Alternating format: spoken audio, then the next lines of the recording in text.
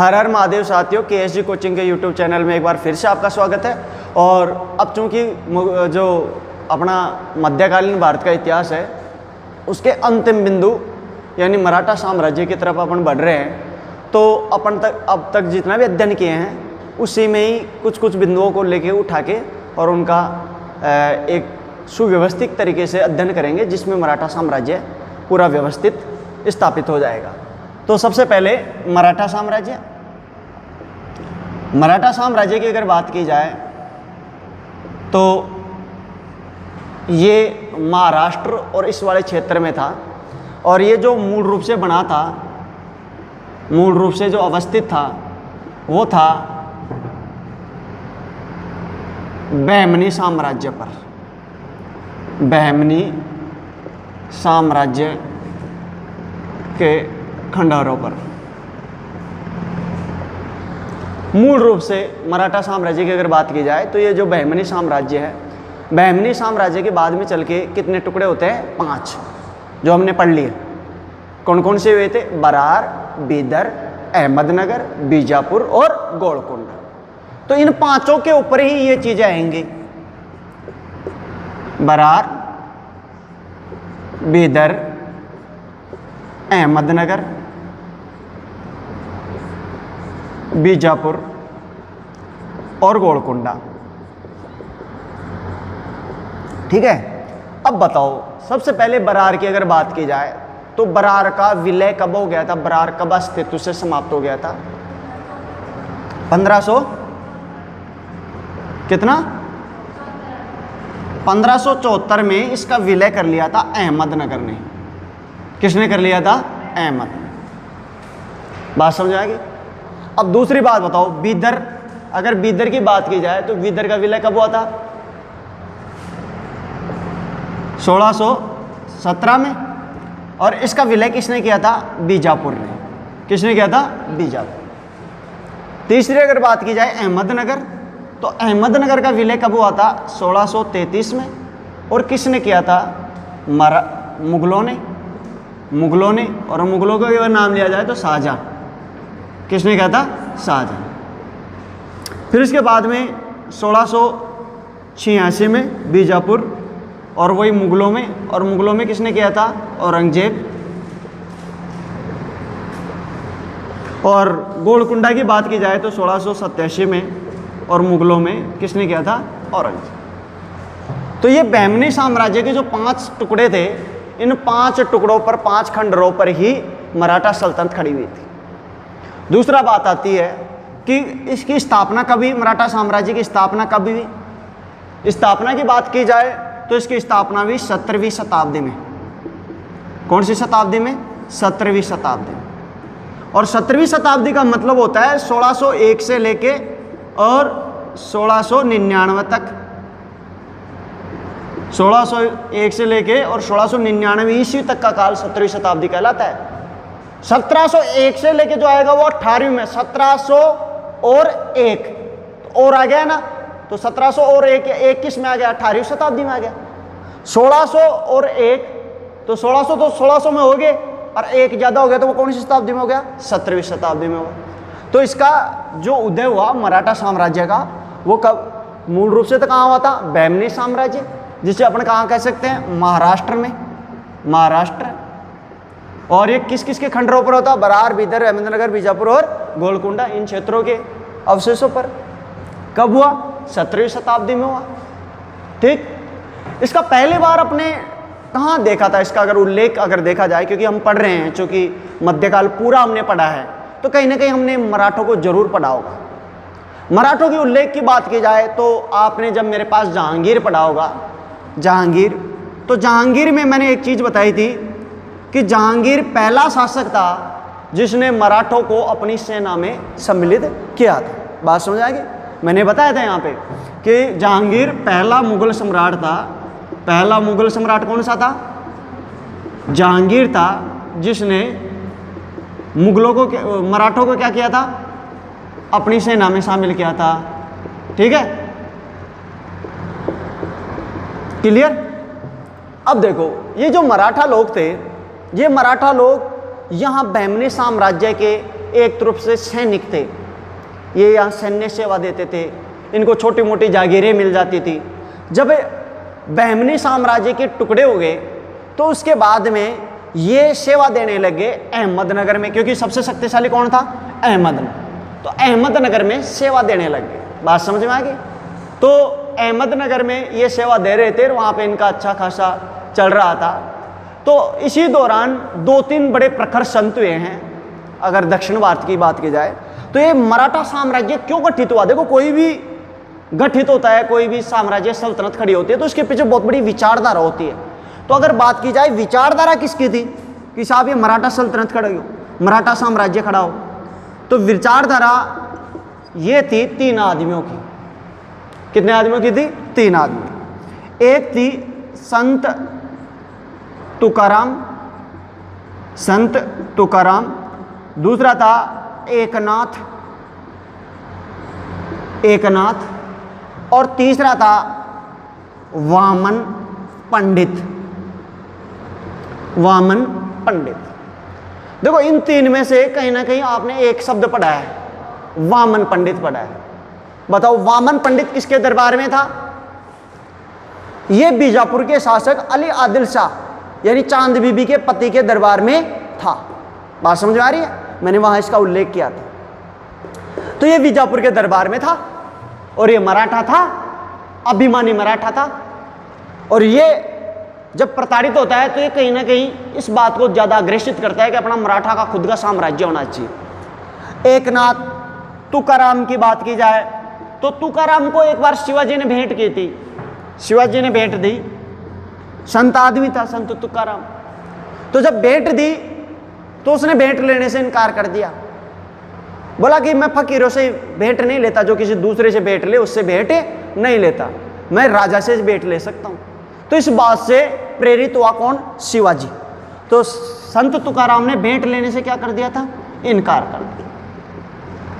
और इसके अलावा इन तीनों की विचारधाराओं को जो संप्रेषित किया वो किया समर्थ गुरु रामदास ने।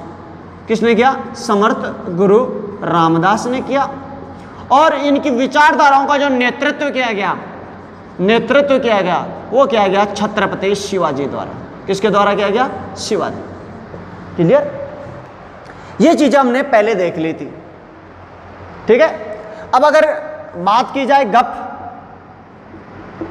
तो गप ने, इतिहासकार गप रहा है ग्रांट गप, इसका पूरा नाम था ग्रांट गप। ग्रांट गप ने कहा है कि जो 17वीं शताब्दी में जो मराठों का उदय हुआ, उसके लिए उसने एक शब्द लिया है, अचानक, आकस्मिक, वज्राघात। आकस्मिक वज्राघात का है इनके उदय को। बात समझाएगी? तो ये सभी चीजें हम इसके मराठा साम्राज्य के नींव में देखते हैं। अब अपन मूल की तरफ चलते हैं कि साहब इसका संस्थापक जो नेतृत्व करता था शिवाजी, उसने किस प्रकार इसका संस्थापना की। अब अपने मूल रूप से इसके संस्थापक के ऊपर चढ़ के और वहां पे चर्चा करते हैं। आप इसका एक स्क्रीनशॉट ले लीजिए।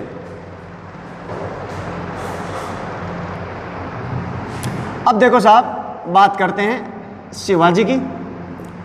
अगर शिवाजी की बात की जाए तो सबसे पहले उसकी पारिवारिक पृष्ठभूमि देखते हैं। पारिवारिक पृष्ठभूमि, तो पारिवारिक पृष्ठभूमि में 2 ही चीज आते हैं। एक आता है माता और एक आता है पिता। माता और पिता। पिता की बात की जाए तो इनके पिता का नाम था शाहजी भोंसले। शाहजी भोंसले इनके पिता का नाम ये था भाई। माता की बात की जाए तो इनकी माता का नाम था जीजाबाई। कौन सी भाई? जीजाबाई। जीजाबाई की अगर बात की जाए तो लखोजी यादव, जो देवगिरी का नाम सुना है क्या? देवगिरी के सामंत थे। देवगिरी के जो लखोजी यादव थे, यादव, जो देवगिरी के जो रामचंद्र यादव का नाम सुना है, उसके भाई के छोरे थे ये। तो उसके भाई के छोरे की बेटी थी ये, एक तरह से ऐसे मान लो कि राजा की ही बेटी थी। बात समझ में आ रही है? शाहजी भोसले की बात की जाए तो ऐसे कहते हैं कि ये मेवाड़ के सिसोदिया गांव के थे, मेवाड़ के सिसोदिया गांव के। तो भाई छोरो एक चीज का ध्यान रखना, मेवाड़ के सिसोदिया गांव में सिसोदिया वंश आया है। ऐसे कहते हैं कि महाराणा प्रताप के वंशज थे। किसके वंशज माने जाते हैं? महाराणा प्रताप के वंशज माने जाते हैं। क्लियर? अब देखो, पिता का नाम शाहजी भोसले था, माँ का नाम क्या था? जीजाबाई। माँ लखो जी यादव जो देवगिरी के सामंत की पुत्री थी, रामचंद्र यादव के भाई की बेटी थी, और पिता मेवाड़ के सिसोदिया गांव के थे। और ये नौकरी करते थे अहमदनगर में।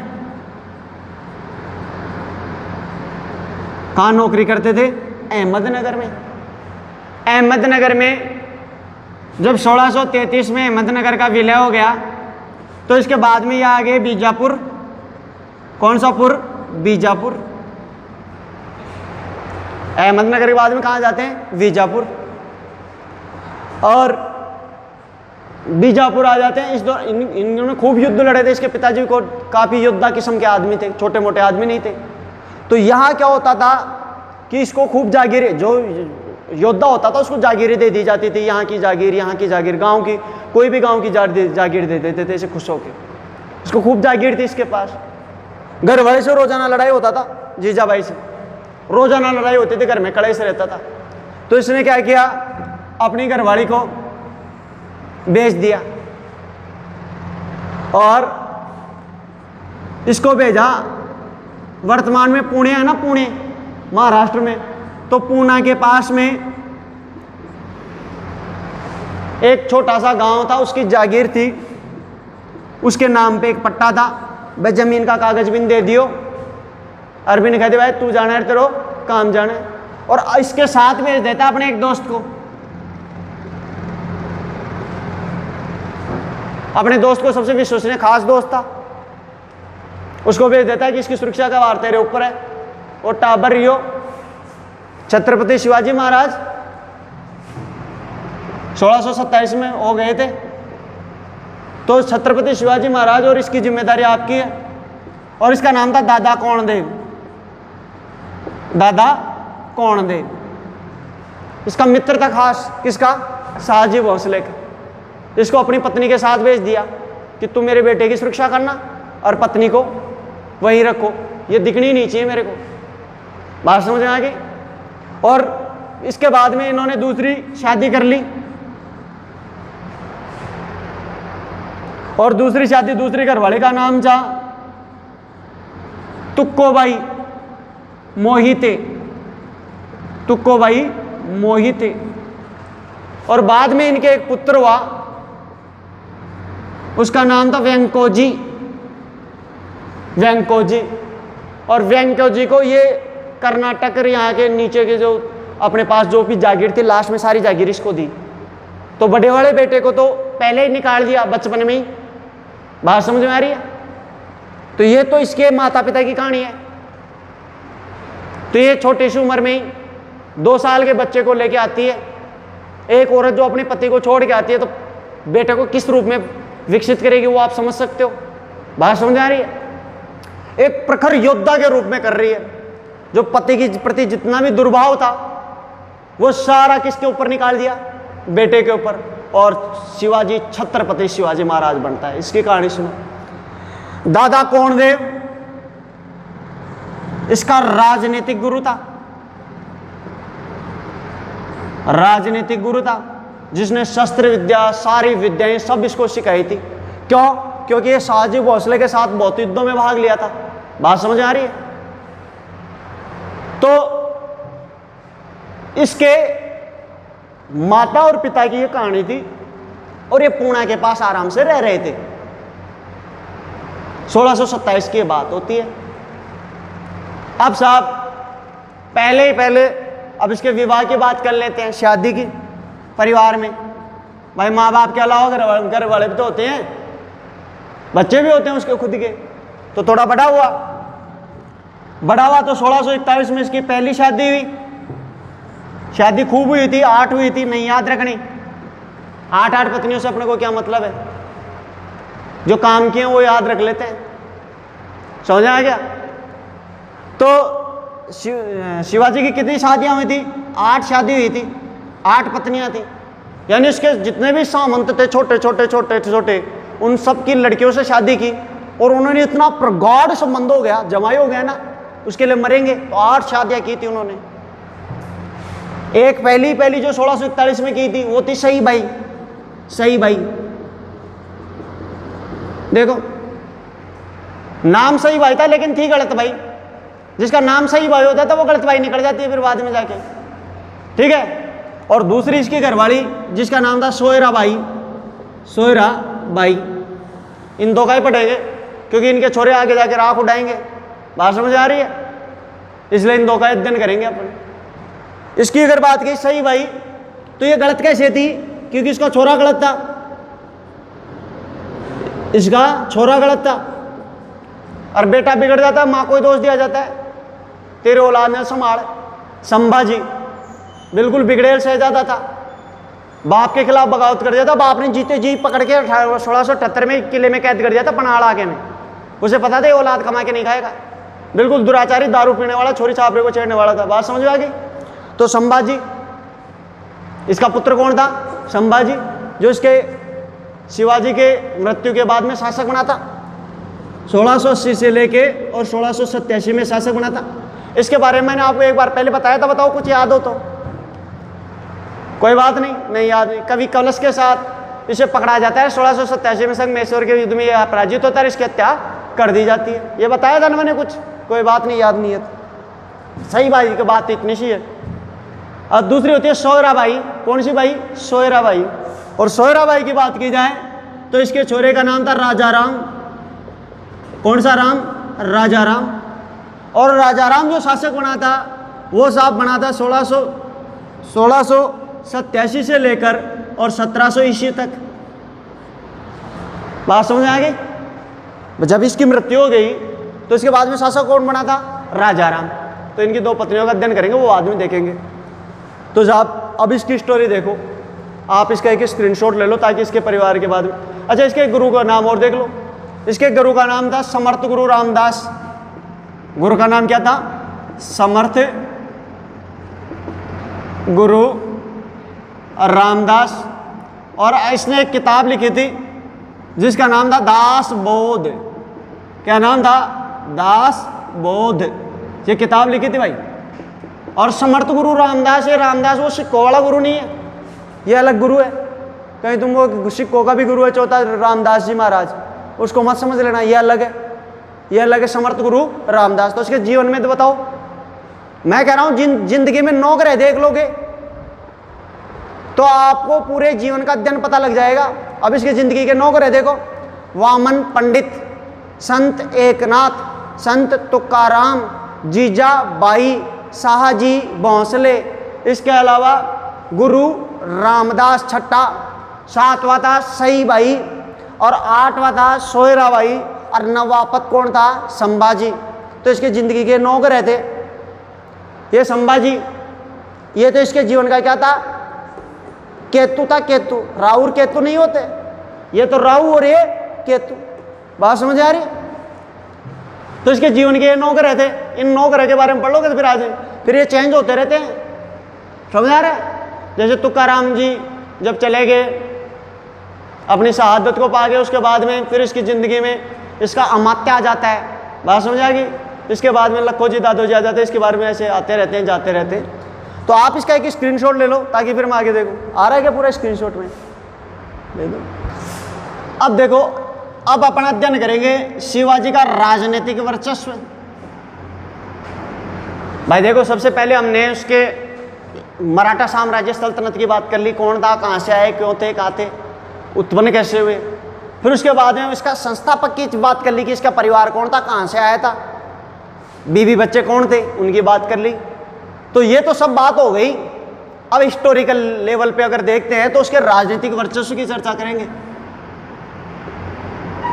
राजनीतिक वर्चस्व की, राजनीतिक वर्चस्व की बात की जाए तो साहब इसने अपनी जिंदगी में बहुत युद्ध किए थे। इतने किले जीते जीवन में किसी ने जीता ही नहीं पूरी जिंदगी, और एक लड़ाकू आदमी के रूप में प्रसिद्ध रहा है। 20, 25, 50 युद्ध तो इसने अपनी जिंदगी में लड़े ही थे, लड़ते रहता था, ये जिंदगी में कभी बैठा ही नहीं। शुरुआत इसने की थी शादी के 2 साल बाद में। आदमी कमाने कब जाता है? 2 साल बाद में, समझ लेना। अच्छे से अच्छा आदमी शादी के 2 साल बाद में कमाने के लिए क्या करना कर जाता है? निकल जाता है। कोई आदमी बिल्कुल नाकारा हो तो शादी कर देना चाहिए। शादी कभी हुई थी? 1641 में। किससे हुई थी? गलत भाई से, सही भाई से? सही भाई से। बात समझेगी? तो 1643 में माँ बाड़ सुखारी थी। तो बाढ़ सुखारी थी, पहले के ज़माने में टाइम तो मिलते नहीं थे, सुबह की शाम हो जाती थी, तो इधर सूरज ढल गया और वो धूप नहीं आ रही थी, और इधर एक किला था सिंहगढ़, तो उसकी छाया पड़ गई। तो वो बोला मम्मी फटाफट रोटी डाल दे। बोला कि बेटा कहीं रोटी डाल दी, बाढ़ ही कौन सूख रहा? बोला कि तो कहीं दिक्कत बड़ी नजार छत माला सुखा ले कि छत माला बजो, लेकिन वो सिंह का डाडो पड़ रहे, वो सिंह का डाड आ रहा है। बोला कि बस सत्ती बात कि जहाँ कि तुम रोटी खानी चाहिए तो सिंगट नहीं जीत ले, मैं बड़े कड़े यार बाढ़ सुखा लूंगी। तो इस बात पे शिवाजी ने पहली विजय प्राप्त की, और किसको जीता? सिंहगढ़ को जीता। पहली विजय कौन सी थी? सिंहगढ़। बात समझ आएगी? सिंहगढ़ का किला जीता। अब साहब उसके बाद में दूसरी विजय की, और वो जो विजय थी वो सबसे खतरनाक थी, और वो था पुरंदर का किला। कौन सा किला? पुरंदर का किला। और पुरंदर का किला जो जीता उसने, वो नीलोजी नीलकंठ से जीता। किससे जीता? नीलोजी नीलकंठ से जीता, और वो भी छल कपट के द्वारा जीता। किसके द्वारा जीता? छल कपट के द्वारा। बाद में हालांकि नीलोजी नीलकंठ के भाई को इन्होंने अपना पेशवा भी बनाया था। तो 1646 से लेके 1674 तक वो इसके पेशवा रहते हैं, यानी प्रधानमंत्री रहते हैं। बात समझ आएगी? अभी मैं बताऊंगा। तो नीलोजी नीलकंठ आपको याद रखना है। अब 1646 तक आराम से बहुत बड़ा किला था पुरंदर का, यहाँ अपनी राजधानी बना लेता है, यहीं रहने लग जाता है। इसके बाद में कुछ नहीं करता। लेकिन 10 साल बाद में, अब देखो पहली बार तो आदमी कमाता है जब मेहरबानी आ जाती है, तब थोड़ी व्यवस्था कर देता है। अब मेहरबानी की व्यवस्था करने के बाद फिर दूसरी बार कमाने कब निकलता है? जब बच्चे बड़े बड़े हो जाते हैं। अब टावर थोड़ा बड़ा बड़ा होगा, संभाजी उम्बाजी कर रहे अगर आने रंबा चालू 8-8 मेहरबानी सुबह करें तो फिर तो समझ में आ रहा है ना।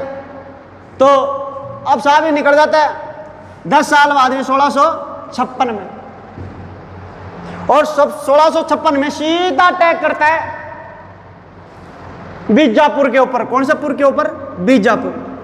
और बीजापुर का एक महत्वपूर्ण किला था जिसका किले थे तोरण का किला। कौन सा किला? तोरण का किला।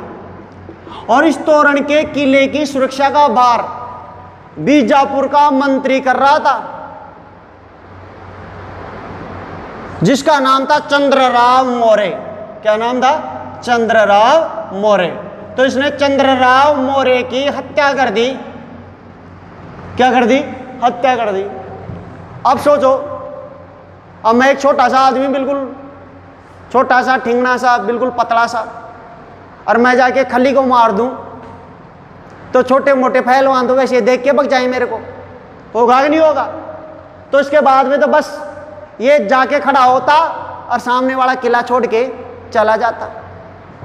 बहुत से किले जीते इसने 1656 में। 1656 में इसने चाकण, सुपा, चाकण, सुपा, बारामती, तिकोना और कोंडाना, ये उस टाइम के सबसे महत्वपूर्ण किले थे। इनको जीत लिया। अब तो अजय आदमी बन गया ना, डर तो कुछ है ही नहीं। दमादम जीते जा रहा है, दमादम जीते जा रहा है। तो 1656 में इसके लिए स्वर्ण युग हो गया। जब ये निकला तो अपनी सारी पत्नियों के लिए एक एक किला खरीद के रख दिया, भाई तू यहां रहेगी, तू यहां रहेगी। अरे मूसा का जाड़ा बिल्ली खोद दिला। पिताजी ने भी 2 किले बना दिए थे, एक को पूना में भेज दिया था जीजाबाई को, और एक को उधर रख दिया था। तो वही शिवाजी वो भी टेक्नोलॉजी अपनाएगा, 8 पत्नियां तो 8 किले तो जीते ही जीतेगा। 8 की जगह इसने तगड़े जीत दिए, 23 किले जीत लिए। बात समझ आ रहा है? अब साहब जब ये ताकत बन के उभर गया, देखो बीजापुर के शासक, बीजापुर के मंत्री की हत्या कर दिया, तो बीजापुर का आदमी तो इसका खास आदमी वो आग नहीं हुआ। तो बीजापुर वाले ने इसे फोन किया, भाई क्यों मार रहा है हमारे को? बोला क्या करे फिर? बोला तू ऐसे करा, हमारे साथ ही युद्ध कर लेना, हमारे साथ ही समझौता कर ले। अब ये बीजापुर को इसलिए पीट रहा था बार बार, क्योंकि बीजापुर के सेवा में कौन थे? अरे इसके पिताजी थे। बीजापुर की सेवा में कौन से थे? इसके पिताजी। तो अपने पिताजी को ताकत दिखा रहा था। बात समझ आ रही है? क्योंकि इसके पिताजी ने इसकी मां को छोड़ दिया था। तो बीजापुर तो जबरदस्ती पिस रहा था बेचारा। शाहजी के भौसले को निकाल देता तो और कोई पिटता इसकी जगह, पिटना तो था पक्का था। बात समझ आ रही है? तो बीजापुर से समझौता कर लिया इसने। तो 1657 में पहली बार इसका सामना मुगलों से हुआ। इसका सामना पहली बार किससे हुआ? मुगलों से हुआ। और मुगलों से क्या हुआ? बीजापुर और मुगलों के बीच युद्ध हुआ। बीजापुर और मुगलों के बीच युद्ध हुआ। तो बताओ ये किसका साथ देगा? इसने साथ दिया बीजापुर का। किसका साथ दिया? बीजापुर का। ये साथ वात कुछ नहीं देता था, ये तो अपने माल लूटने में रहता था। मस्तरो मस्ती में आग लगे बस्ती में। युद्ध चल रहा है, इसको कोई मतलब वाली बात नहीं है। तो इसने युद्ध के दौरान ही जुन्नार को लूट लिया। किसको लूटा? जुन्नार को लूटा। और 3 लाख होने, 3 लाख होने वहां से प्राप्त किया लूट के। बात समझ आ रही है? इसकी ताकत इतनी ज्यादा बढ़ गई कि पूछो मत। जो 1657 में एक कांड भी चल रहा था, बताओ कौन सा कांड चल रहा था? 1657-58 में कुछ चल रहा था क्या इधर मुगलों के पास? वेरी गुड, उत्तराधिकार का युद्ध चल रहा था। अब थोड़ा थोड़ा याद आ रहा है ना, कोई बात नहीं, ज्यादा तो बाद में याद आएगा, अगले बच्चे पढ़ लेंगे कॉपी को, टेंशन मत लो। तो इसी दौरान इसने मुगल उत्तराधिकार के युद्ध का फायदा उठाया और इसने कोंकण जीत लिया। क्या जीत लिया? कोंकण जीता। अरे कोंकण अपन ने अब और भी किसी ने जीत लिया था ना, याद है कि किसी को? किसने जीता था? नहीं याद? कोई बात नहीं, याद नहीं तो चलो बता देते हैं अपने। बहमनी साम्राज्य में फिरोज शाह जिसकी लड़ाई हुई थी गेसु दराज से, उसका छोटा भाई था शिहाबुद्दीन अहमद। क्या नाम था? शिहाबुद्दीन अहमद। शिहाबुद्दीन अहमद ने बहमनी साम्राज्य के ने कोंकण जीता था। बात समझ आ गई? तो इसने क्या जीत लिया? कोंकण जीत लिया। अब बीजापुर इस तरीके से अच्छे से समझ गया, बेटा तेरी उल्टी दशा है, क्योंकि यह आदमी जीने नहीं देगा। तो इसने अपने विश्व ने सबसे खतरनाक जो मंत्री था, सेनापति था, अफजल खान। कौन सा खान? अफजल खान। अफजल खान को भेजा, भाई आप जाओ और जाके और उससे कैसे भी संधि समझौता कर लो। अपने पिताजी को मांगे तो उसको भी दे देंगे, अपने कोई दिक्कत वाली बात नहीं है। अफजल खान इसे मिलने आता है प्रतापगढ़ में। ये अपने वाला प्रतापगढ़ नहीं है, महाराष्ट्र की बात कर रहा हूं। प्रतापगढ़ में मिलने आता है। तो इसका जो गुप्तचर विभाग था इसका शिवाजी का, वो बड़ा खतरनाक किस्म का था। तो गुप्तचर विभाग ने एक गुप्तचर था जिसका नाम था कृष्ण जी भास्कर। एक पंडित था कृष्ण जी भास्कर।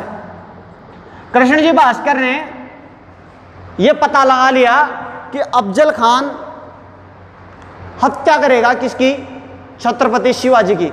जब वो मुलाकात करेगा, जब संधि करेगा, तो उसी टाइम क्या करेगा? हत्या करेगा इसकी।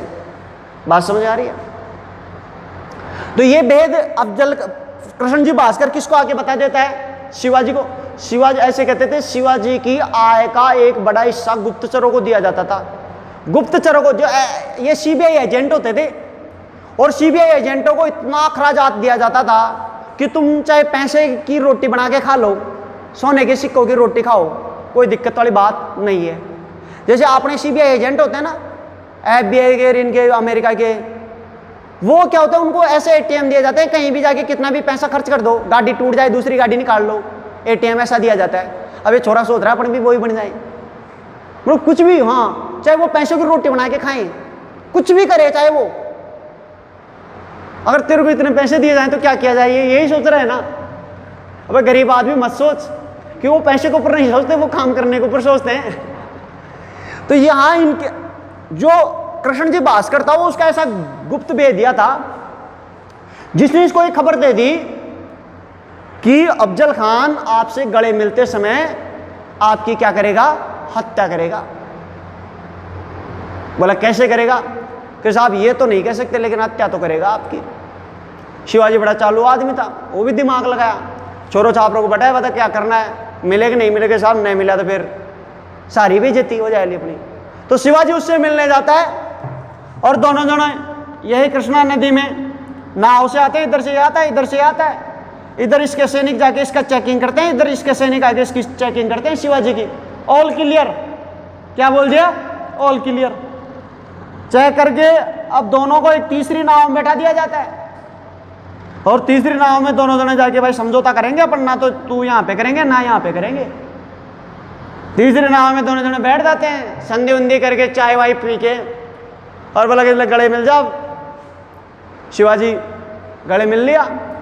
अब शिवाजी जैसे गले मिला तो वो क्या कर रहा था, अपने हाथ में छुर्रा लेके आया था, बटन वाला लेते उसने बटन दबाया और जाके शिवाजी के अंदर लगा, टन। बोला यार लोहे का कैसे बन गया शिवाजी? शिवाजी समझ गया कि इधर से छुर्रा छूट के गया, तो उसने भी अपना छुर्रा का बटन दबाया और वो अंदर गया, छगाड़, और हाथों को बाहर लिया। शिवाजी ने पहले ही अपने सोने का जो कवच पहन के आया, वो लोहे का कवच पहन के आया था शरीर के नीचे, बात समझ आया? तो उसने जैसे अपनी चाकू चलाई यहाँ से, तो शिवाजी के कहाँ पे लगी? कवच पे, अंदर नहीं जा पाया उसका छुरा। और शिवाजी ने जैसे चलाया तो कहाँ गया? अफजल खान के अंदर, और राम नाम सत्य। ये जीत, ये एक ऐसी ऐतिहासिक जीत थी कि जिससे मराठों का मनोबल इतनी चरम सीमा पे चला गया कि पूछो मत। बोले शिवाजी के ऊपर आक्रमण कर दिया, बुला के तो गद्दारी है। और वो कहां चढ़ाई कर दिए? बीजापुर पे। कहां चढ़ाई कर दी? बीजापुर। और बीजापुर पे चढ़ाई करके और उन्होंने बीजापुर को निकाल आराम से जी भर के लूटा। और एक किला पड़ता है जिसे कहते हैं पनहाड़ा का किला। कौन सा आला का किला? पनहाड़ा का किला। पनहाड़ा के किले को अपने अधीन ले लिया, यानी यहां पे बीजापुर पूर्ण रूप से शांत हो गया, दब गया, और उसने उसकी अधीनता स्वीकार कर ली। अब बीजापुर की हिम्मतें नहीं थी। अब देखो, अब तक तो ये छोटे छोटे शासकों से लड़ रहा है, अब इसका डायरेक्ट दुश्मन कौन हो जाएगा? जो बीजापुर का दुश्मन वही इसका दुश्मन। बात समझ में आ रही है? क्योंकि अब इसको पता है, मुगलों को पता है कि अब तक तो बीजापुर अपने से हार नहीं रहा था, और जिसने बीजापुर को हरा दिया तो अपना असली दुश्मन कौन है? शिवाजी। अब साहब मुगलों से प्रतिरोध शुरू हो जाता है। आप इसका एक स्क्रीनशॉट ले लो ताकि फिर मैं आगे बता दूं मुगलों से कैसे कैसे क्या क्या होता है। हाँ भाई, अब इससे बाद में देखते हैं मुगलों से संघर्ष। किससे संघर्ष? मुगलों से संघर्ष। मुगलों से संघर्ष की दास्तां देखो। अब इसके परम शत्रु बीजापुर वगैरह छोटे मोटे राज्य नहीं रहे, डायरेक्ट से एक सल्तनत हो गई, और सल्तनत मुगल थी। और मुगल उस टाइम जो राजा था उसका नाम था औरंगजेब। कौन था? औरंगजेब। औरंगजेब यहाँ मुगल का शासक था। तो यहाँ जो सबसे पहले 1660 में औरंगजेब ने शाइस्ता खान को भेजा। किसको भेजा? शाइस्ता खान को। अब बताओ शाइस्ता खान कौन था? ये था औरंगजेब का मामा जी। कौन था? औरंगजेब का मामा जी। जफर इसका पुत्र था। बात समझ आ गई? ठीक है साहब। और इसको भेजा और एक शाही आदेश दिया कि मेरे को जिंदा या मुर्दा क्या चाहिए? शिवाजी। शिवाजी की हत्या के लिए भेजा गया और ये हत्यारे के रूप में प्रसिद्ध था। अगर किसी की हत्या करनी हो तो किसको भेजा जाता था? शाइस्ता खान। शाइस्ता खान बेजोड़ हत्यारा था, उसके कोई सुराग नहीं लगता था। शाइस्ता खान को भेजा।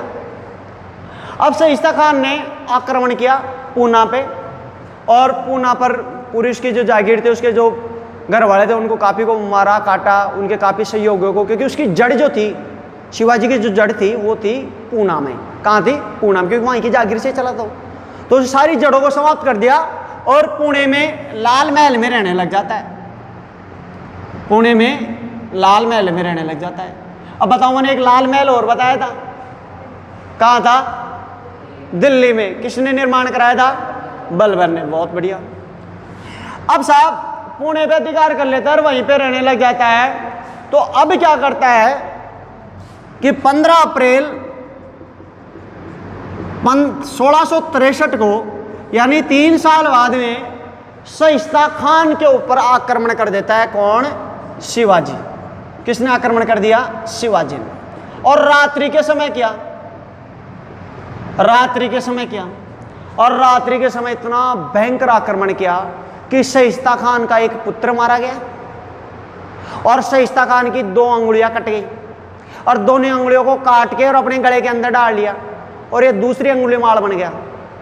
पहला अंगुली माल कौन था? किसके समय था? वेरी गुड, महात्मा बुद्ध के समय था अंगुली माल। बात समझ में आ गया? और ये इसने 2 अंगुलियां काट दी। ये इतनी बड़ी बेइज्जती हो गई कि बादशाह के मामा की अंगुलियां काट दी और उनको सजा के रखता था अपने पास, गले में दबा। देख लो यार कि ये शाइस्ता खान की अंगुली काट रखी है मैंने, 2 अंगुली। बात समझ आ रही? तो ये उसकी एक ऐतिहासिक विजय थी। अब इससे इसकी ताकत बढ़ेगी। तो ताकत बढ़ते ही इसने 1664 में सूरत को लूटा। किसको लूटा? सूरत को। अब बताओ, सूरत किसके अधीन था? मुगलों के। किसके अधीन था? मुगलों। और ये इतना भयंकर तरीके से लूटता है सूरत को कि अब मुगल एकदम सशंकित हो गए। उन्हें पता था कि अगर शिवाजी का जल्दी कुछ नहीं किया गया तो ये अपने लिए बहुत बड़ा खतरा उत्पन्न हो जाएगा। तो उस टाइम जो सबसे शक्तिशाली आदमी था भगवान श्री राम के लिए, बजरंगबली, उसे भेजा गया। उस बजरंगबली का नाम था मिर्जा राजा जयसिंह। क्या नाम था? मिर्जा राजा जयसिंह। मिर्जा राजा जयसिंह ने पूरी सेना, पूरी ताकत के साथ 1665 को आक्रमण कर दिया। किस पर?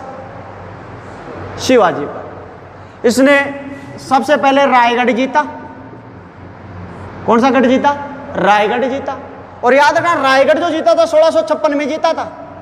1656 में क्या जीता था? रायगढ़। और रायगढ़ को अपनी राजधानी बना लिया था। क्या बना लिया था? रायगढ़ को अपनी याद रखना, राजगढ़ या रायगढ़ शिवाजी की राजधानी थी। बात समझ आ गई?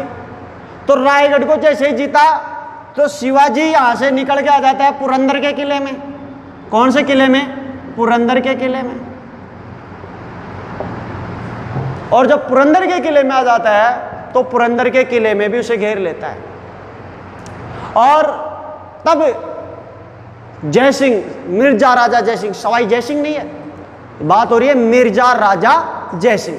मिर्जा राजा जयसिंह खत लिखता है औरंगजेब को कि हमने एक धागे के व्रत की तरह शिवा को चारों ओर से घेर लिया है। ना तो परिंदा अंदर आ सकता है और ना ही परिंदा बाहर जा सकता है। पर ठीक है, तू बाहर मत आ, देखते हैं तो कितने दिन अंदर रहता है। अब शिवाजी इस बात को बहुत अच्छे से जान गया कि अगर वो संधि नहीं करेगा तो वो कभी भी इस घेराबंदी को नहीं तोड़ सकता। तो साहब 24 जून 1665 को एक ऐतिहासिक संधि होती है जिसे कहते हैं पुरंदर की संधि। कौन सी संधि? क्योंकि पुरंदर की संधि इसलिए क्योंकि वो पुरंदर के किले में हुई। और पुरंदर की संधि में जो 3-4 शर्तें थी वो कौन कौन सी थी वो देख लो। पहली शर्त क्या किया कि इसने 23 किले मुगलों को सौंपे और उनकी आय थी 4 लाख होने वार्षिक, उनकी वार्षिक आय थी। दूसरा, शिवाजी के पास 12 किले बचे। कितने किले बचे? 12, और उनकी आय थी 1 लाख होने प्रति वर्ष। बात समझ आएगी? हालांकि शिवाजी के पास रायगढ़ भी बचा, पुरंदर भी बचा, महत्वपूर्ण किले बचे, 2 महत्वपूर्ण किले पुरंदर और रायगढ़ बचा, लेकिन इसके बावजूद भी इसके जो 23 किले चले गए, ये इसके लिए बड़ी क्षति थी। एक तो सबसे बड़ी ये। तीसरी संधि क्या हुई कि शिवाजी कभी भी मुगल दरबार में उपस्थित नहीं होगा। हम इसको वही छूट देते हैं जो महाराणा प्रताप को दी है, क्योंकि किसका वंशज है? महाराणा प्रताप का। तो शिवाजी को दरबार में उपस्थित होने से छूट मिली, दरबार में उपस्थित होने से क्या मिल गई? छूट मिल गई। और उसकी जगह उसके पुत्र संभाजी को भेजा गया। किसको भेजा गया? संभाजी को भेजा गया, बिगड़ेल शहजादे को भेजा गया। और संभाजी को 5000 का मनसब दिया गया, 5000 का मनसब दिया गया। 5000 घोड़े रखेगा और उसकी सेवा करेगा। एक शर्त यह रखी कि जब भी, अब इस टाइम क्या हो रहा था, बीजापुर बड़ा शक्तिशाली समस्या थी उनके सामने। किसके लिए? मुगलों के लिए। तो उन्होंने कहा कि बीजापुर पे जब भी अभियान किया जाएगा तो बीजापुर के लिए हम आपका साथ देंगे। तो शिवाजी किसके अभियान के लिए साथ देगा? बीजापुर अभियान पे साथ देगा। तो ये 5 संधियां हुई थी, जिसे इतिहास में पुरंदर की संधि के नाम से जाना जाता। क्लियर? अब यहाँ पे जब ये संधि कर लेता है तो अब क्या करता है कि मिर्जा राजा जयसिंह इस संधि को पारित करके और किसके पास भेज देता है? औरंगजेब के पास। औरंगजेब ने जस्ट इसके ऊपर साइन किए और उसके लिए जो शिवाजी था उसके लिए राजा की उपाधि और खिलवत भेज दिया। समझा? ड्रेस कोड बढ़िया, पैंट कोट बढ़िया से भेज दिए उसके पास कि साहब ये राजा हो गया आज से। तो अब जब उनके काफ़ी अच्छे बनने लगी, पटने लग गई, तो अब क्या करता है कि मिर्जा राजा जयसिंह शिवाजी को तैयार करता है, बोला चलो आपको एक बार आगरा घुमा लाते हैं। तो मिर्जा राजा जयसिंह शिवाजी को ये वचन देता है कि तेरे साथ कुछ भी नहीं होने दूंगा, तेरा भाई तेरे साथ है, चल तू एक बार आगरा घुमा के लेता हूँ। और शिवाजी को कहाँ लेके आ गया? आगरा में लाया। कहाँ लाया? आगरा। अब आगरा में 2 है, एक तो दीवाने आम और दीवाने खास। अब मेरे को ये बता दो कि आगरा में मुलाकात औरंगजेब से कहाँ पे करेगा? दीवाने आम या दीवाने खास? दीवाने आम। बहुत बढ़िया, मारो इसके उठा के। दीवाने आम में न्याय किया जाता था। क्या किया जाता था? न्याय। तो वह न्याय लेने आया था क्या? वो फरियादी था क्या?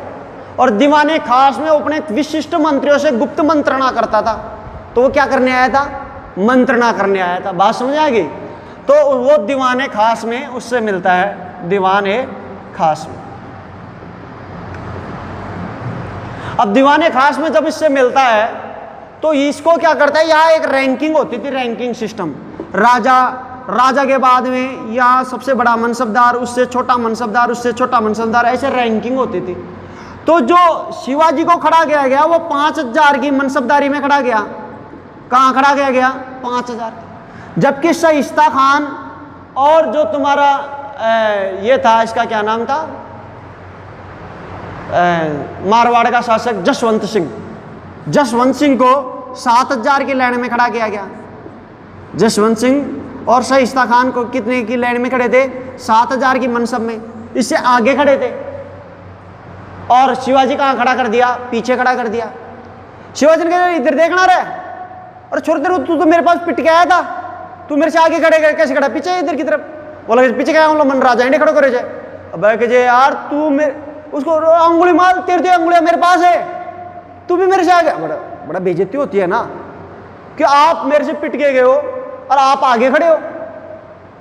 गोखले का अस्तित्व क्यों नहीं स्वीकार करते लोग, बात समझ आ गया ना, इसीलिए नहीं करते। तो यहां शिवाजी इस बात से नाराज हो जाता है कि उसे 5000 के मनसब की लाइन में खड़ा किया जाता है, पीछे की तरफ खड़ा किया जाता है, जबकि इससे हारे हुए जसवंत सिंह और शाइस्ता खान को 7000 के मनसब की लाइन में खड़ा किया जाता है।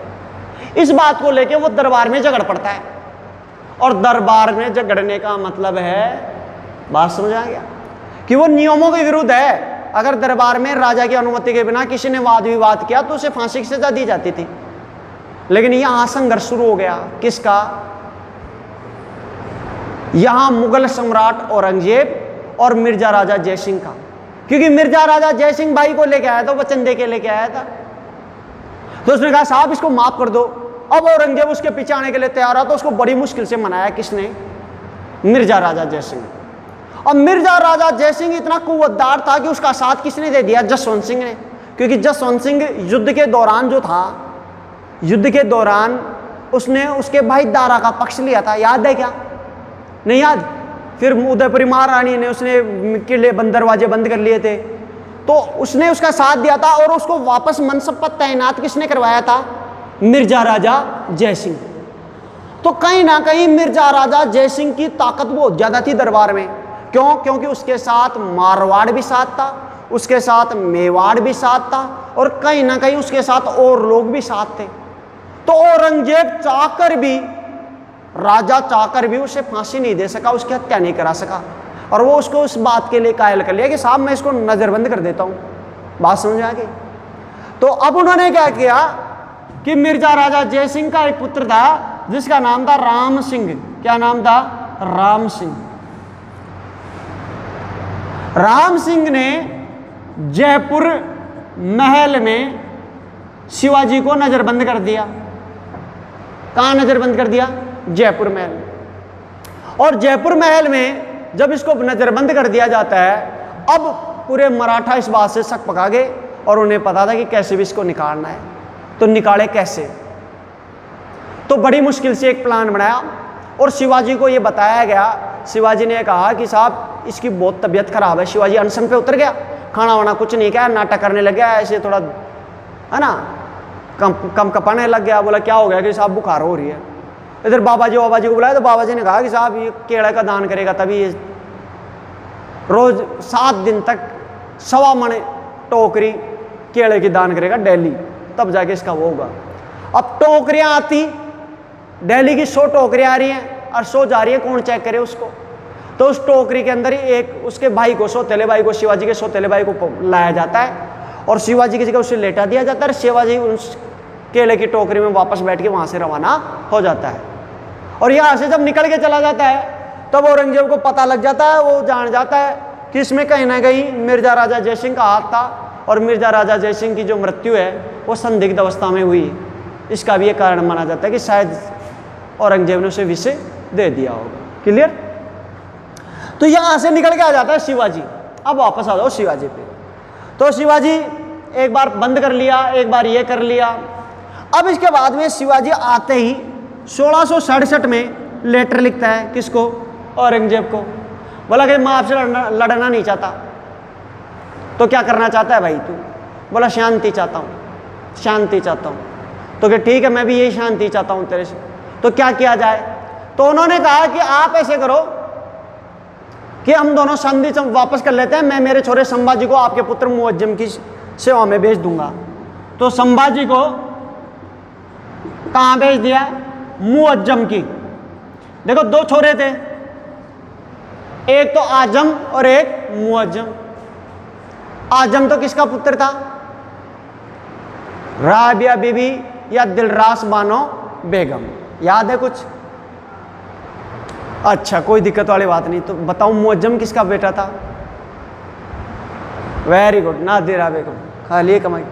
तो संभाजी को मुअज्जम की सेवा में भेज देता है, और संभाजी को बरार की जागीरदारी दे देता है।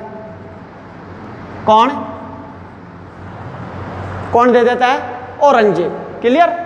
और संभाजी को, और शिवाजी को राजा की उपाधि दे देता है।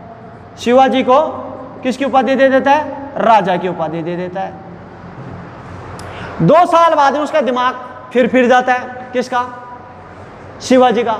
और 1670 में उसने संधि उंधी तोड़ी और दोबारा आक्रमण कर दिया सूरत पर।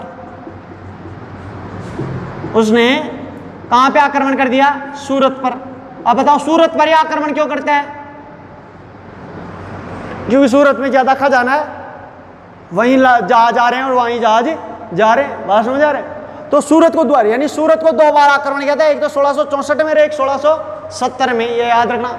उसके जीवन के 2 काम याद रखना, 2 बार आक्रमण सूरत पर, 2 शादियां याद रखनी है, 2 बार राज्याभिषेक याद रखने हैं, 2 माँ याद रखनी है और 2 गुरु याद रखने हैं। समझ आया क्या, ये 2 चीजें इंपॉर्टेंट याद रखना। तो देखो 1670 में दोबारा किया। इसके अलावा 1670 में उसने अहमदनगर को लूटा, बरार को लूटा और अपने जो 23 किले थे उनमें से 15 किलो को वापस जीत लिया, 15 किलो को वापस जीता। ये लो साहब, जो 23 किले दिए थे ना, लगभग वो सारे किले जीत लिया, कोई छोटे मोटे रहने दिया, सारे किले जीत लिया उसने। बात समझ आ रही है। तो उसने लगभग सारे किलों को जीता। और जो सबसे महत्वपूर्ण जीत थी 1570 की, वो थी कोंडाना का किला। कोंडाना का किला, अरे बताओ रहा, कोंडाना का किला कब जीता था? अभी मैंने बताया 1656 में। कोंडाना, चाकण, तिकोना, बारामती, सूपा अभी बताया था ना। इसको जीता और इसको जीतकर इसका नाम रखा सिंहगढ़। कौन सा गढ़ रखा? सिंहगढ़ इसका नाम रखा। और इसको जीता था नानाजी ने। किसने जीता था? नानाजी। ये मावली सैनिक था, मावली, याद रखना, मावली इसके अंगरक्षक थे। मावली इसके क्या थे? अंगरक्षक थे। हालांकि मैं आज शिवाजी का वो प्रशासनिक व्यवस्था नहीं होगी, प्रशासनिक व्यवस्था में मैं इसको मावलियों को अच्छे से बताऊंगा कि जब इसको जीतता है तो मावली को उससे वो कहता है कि अपना जो कोंडाना का किला जीतना है, आप चलो। तो उसके नानाजी के भाई बेटे की शादी थी, तो बेटे की शादी वो बीच में छोड़ के आ जाता है। बेटे को कहता है कि मैं भी आता हूँ। और इस युद्ध के दौरान नानाजी मारा जाता है। तब उसको आके कहते हैं कि साहब गढ़ तो जीत लिया लेकिन सिंह गया सिंह नानाजी। तो नानाजी गया तो इसके नाम पे इसका नाम सिंहगढ़ कर दिया। बात समझ आएगी। बहुत महत्वपूर्ण घटना थी उस जमाने की। तो 1670 अहमदनगर बरार 15 किलो को जीता। उसमें सबसे प्रसिद्ध किला था कोंडाना का किला। और कोंडाना का किले का नाम बदल के क्या कर दिया? सिंहगढ़ कर दिया। और एक किसने जीता था? नानाजी। बात समझ आएगी। तो 1670 में इसने जब दोबारा बगावत कर दी तो कहीं ना कहीं अब औरंगजेब आशंकित हो गया। औरंगजेब इस बात को जानता था कि अब इसके खिलाफ बहुत बड़ी अभियान करना पड़ेगा, इस आदमी को समाप्त करना पड़ेगा, वरना ये नासूर बन जाएगा अपने ऊपर। तो अब औरंगजेब के ऊपर, औरंगजेब की जितनी भी ताकत थी औरंगजेब ने इकट्ठी की और 1672 में इसके ऊपर आक्रमण किया। आप इसका एक स्क्रीनशॉट ले लो, इसका एक स्क्रीनशॉट लो ताकि। अब क्या करते हैं, 1672 में औरंगजेब अब तक का सबसे बड़ा अभियान भेजता है। और इसमें सबसे पहले तो दक्कन का सूबेदार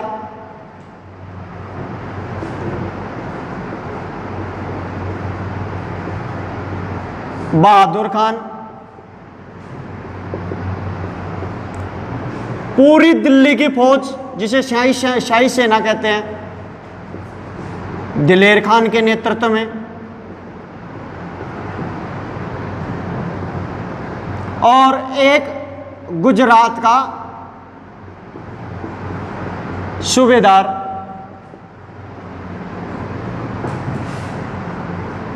और इसके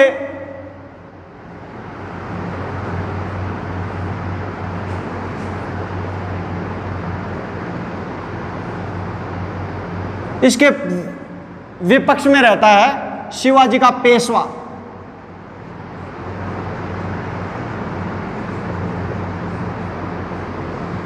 शिवाजी का पेशवा जिसका नाम था मोरोपंत पिंगले। क्या नाम था? मोरोपंत पिंगले। पेशवा प्रधानमंत्री, सेनापति नहीं है। बात समझ आ गया। और यह युद्ध कहलाता है सिलेहर का युद्ध। कौन सा युद्ध? सिलेहर का युद्ध। अब इसका मतलब देख लेना, कि दक्कन का सूबेदार भी आ गया, पूरी दिल्ली से शाही सेना भी आ गई और गुजरात का सूबेदार भी आ गया। अब कोई सामान नहीं बचा है औरंगजेब के पास, कोई सामान नहीं बचा उसके पास। देखा जाए तो अब बड़ा सूबा एक तो बंगाल बचा था। अगर बंगाल से सेना बुलाए तो इसका मतलब बंगाल वाले खुद बगावत कर दें कि इसके पास तो दम ही नहीं है। बात समझ आ गई? बंगाल से सेना इतनी दूर नहीं बुलाई जाती थी। और अगर इधर काबुल इधर से बुलाए, पाकिस्तान से, सिंध से, तो इधर वाले बगावत कर बैठे। बात समझ आ रही? तो अब अकबर औरंगजेब के पास कोई सामान नहीं था। सिलेहर के युद्ध में पूरी मुगल सेना को अकेले मोरोपंत पिंगले, जो छत्रपति शिवाजी का सेनापति पेशवा था, उसने पराजित कर दिया। इसे सिलेहर का युद्ध कहते हैं। और इस घटना को जब मुगल बादशाह औरंगजेब ने सुना तो उसके इतना सदमा लगा कि वहीं से उसी दिन से उसने अपना सिंहासन वहां से त्याग के, और जिस प्रकार महाराणा प्रताप ने वचन लिया था कि जब तक स्वतंत्रता प्राप्त नहीं कर लेता इस तख्त पर नहीं बैठूंगा, उसी प्रकार 1672 में वहां से निकल के कौन आता है? बात समझ आई? और मैंने एक चीज बताई थी कि 1682 से लेके और 1707 तक यानी मृत्यु पर्यंत 25 वर्ष औरंगजेब ने दक्कन में काटे थे। कहां काटे थे? दक्कन। क्योंकि उसे एक चीज बहुत अच्छे से समझ में आ गई थी कि जब पूरी सेना हार गई तो अब अपने पास ताकत ही क्या बची है। बात समझ में आ रही है? भाई पूरी सेना को हरा दिया इसने, तो ये अपनी पूरी सेना दल बल के साथ 1682 में यहाँ पे आदमकता है और 25 वर्ष अपनी मृत्यु पर्यंत औरंगजेब यहीं पे रहता है। ये बात मैंने आपको शायद औरंगजेब पढ़े होंगे तब बताई थी, याद है क्या? कुछ नहीं याद? चलो कोई बात नहीं। ये तो था सिलेहर का युद्ध। अब सिलेहर के युद्ध में इतनी बड़ी अजेय जीत प्राप्त करने के बाद में कहीं ना कहीं इसकी ताकत बढ़ जाती है। ठीक, तो अब ये क्या करता है कि साहब अब मेरा राज्याभिषेक करो। क्या करो? राज्याभिषेक करो। तो ये अपना राज्याभिषेक कराता है।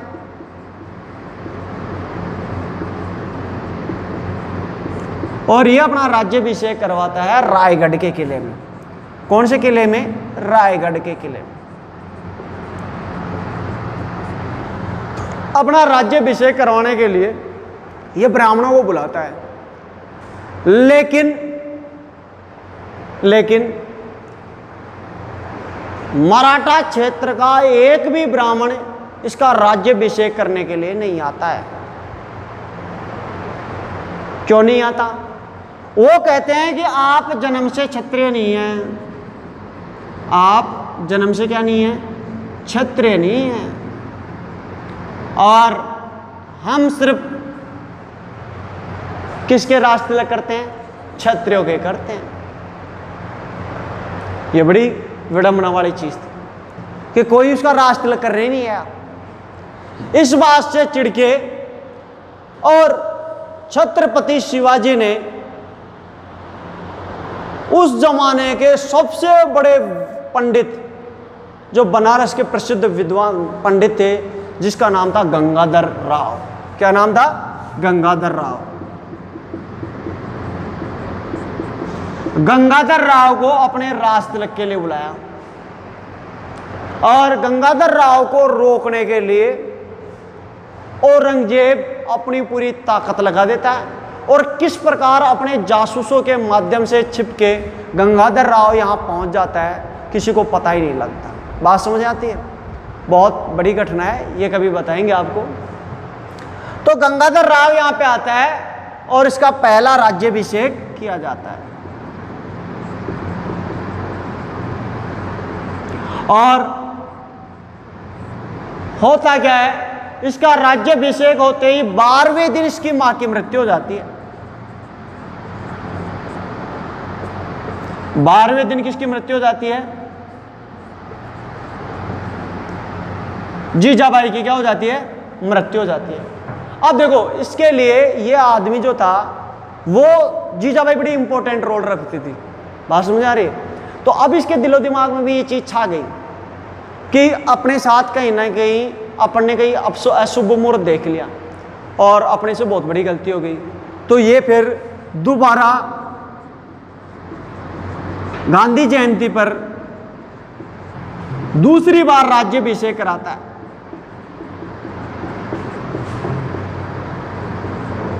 और ये अब की बार जो राज्याभिषेक कराया था ये तांत्रिक विधि से करवाया था। बात समझ आ रही है? कौन सी विधि से करवाया था? तांत्रिक विधि से। क्योंकि पिछली बार जो राज्याभिषेक हुआ था वो अशुभ घड़ी में हुआ था। कौन सी घड़ी में हुआ था? अशुभ घड़ी से। और इसी दौरान और वो जो शिवाजी है वो अपना अष्टप्रधान नियुक्त करता है, क्योंकि राजा बन गया, तो राजा बन गया तो उसका अमात्य, मंत्री, समझ आ गए, ये सभी होंगे। तो अष्टप्रधान हम प्रशासन में पूरा पढ़ाऊंगा, तो इसको मैं यहीं पे छोड़ देता हूं। तो उसने अष्टप्रधान की नियुक्ति की थी। अष्टप्रधान, अष्टप्रधान में कौन कौन थे, क्या क्या थे, वो मैं भी बाद में बताऊंगा प्रशासनिक व्यवस्था में। अष्टप्रधान की नियुक्ति करके और इसके बाद में अब साहब और ये अपना जीवन सहजता से जीने लग जाता है। इसके बाद में इसकी जो सबसे महत्वपूर्ण घटना थी वो थी, इसका जो अंतिम बयान था 1676-77 में था, सॉरी 77-78 में था। और ये अभियान जो उसने किया था वो किया था बीजापुर के खिलाफ। किसके खिलाफ? बीजापुर। बीजापुर को तो छोड़ेगा नहीं, शुरू से लेके लास्ट तक दुश्मन कौन है? बीजापुर। और इस बार उसने गठजोड़ किया गोलकुंडा से। किससे गठजोड़ किया? गोलकुंडा से। गोलकुंडा से गठजोड़ करता है। और गोलकुंडा में मैंने आपको याद हो तो लास्ट में लिखाया था कि यहाँ पे दो आदमी थे, एक तो मदन्ना और एक अखन्ना। मदन्ना और अखन्ना। मदन्ना प्रशासनिक कार्य संभालता था और अखन्ना सैन्य कार्य संभालता था। समझ आ गया? तो इसने गोलकुंडा के मदन्ना से गठजोड़ करके और फिर किसके ऊपर आक्रमण किया? बीजापुर के कर्नाटक वाले क्षेत्र पर किया। कौन से क्षेत्र पर किया? कर्नाटक क्षेत्र। और कर्नाटक क्षेत्र पे ये दोनों ने गठजोड़ किया कि भाई आधा क्षेत्र तेरा और आधा क्षेत्र मेरा। इसका लास्ट अभियान यही था। और इसने कर्नाटक क्षेत्र में 3 महत्वपूर्ण क्षेत्र जीते। कौन कौन से जीते? जिंजी, मदुरई और वेल्लोर। ये 3 प्रांत परगने इसने जीते थे। और जिंजी को कर्नाटक क्षेत्र की राजधानी बना दिया था। शिवाजी ने जिंजी को कर्नाटक क्षेत्र की क्या बना दिया था? राजधानी बना दिया था। ठीक है। इसके बाद में 1678 में इसका जो बेवड़ा बेटा था, क्या नाम था? संभाजी। कौन सा बाजी? संभाजी। तो इसने संभाजी को पन्हाड़ा के किले में नजरबंद कर दिया था। संभाजी को पन्हाड़ा के किले में नजरबंद कर दिया था। पन्हाड़ा का किला किससे जीता था? बीजापुर से। कब जीता था? 1660 में। बात समझ आ गया? तो वो यहाँ पे काम आया इसके। और 1680 में इसकी मृत्यु हो जाती है और छत्रपति शिवाजी इस पर कंप्लीट हो जाता है। उनकी मृत्यु कब हुई थी? 1680 में इनकी मृत्यु। ये छत्रपति शिवाजी इस प्रकार कंप्लीट होता है। इसका आप एक स्क्रीनशॉट ले पहले। अब शिवाजी के मृत्यु के बाद में संभाजी, मैंने 2 चीजें बता दी थी। एक का नाम था सई भाई और एक का नाम क्या था? सोयरा भाई। सई भाई के पुत्र का क्या नाम था? संभाजी। और इसके पुत्र का क्या नाम था? राजा राम। ठीक। तो अब शासक बनता है कौन? संभाजी। सही बात तो यह थी कि जैसे ही मार्च 1580 में शिवाजी की मृत्यु हुई, शिवाजी की मृत्यु, और जब उसकी मृत्यु होती है तो संभाजी पन्हाड़ा के किले में थे। संभाजी कहाँ थे? पन्हाड़ा के किले में। पन्हाड़ा के किले में नजरबंद थे। बात समझ में आ गई? तो उस टाइम क्या करती है कि सोयराबाई अपने पुत्र राजा राम को, तो सोयराबाई ने किसको नियुक्त कर दिया? सोयराबाई ने अपने पुत्र राजा राम को छत्रपति बना दिया। ठीक। और जो रायगढ़ था भाई, राजधानी कौन सी थी? रायगढ़। तो रायगढ़ पर अधिकार जमा लिया। लेकिन सईबाई ने अपने पुत्र संभाजी को छुड़ाया और 20 जुलाई 4 महीने बाद में 1580 में संभाजी ने राजा राम को हटाकर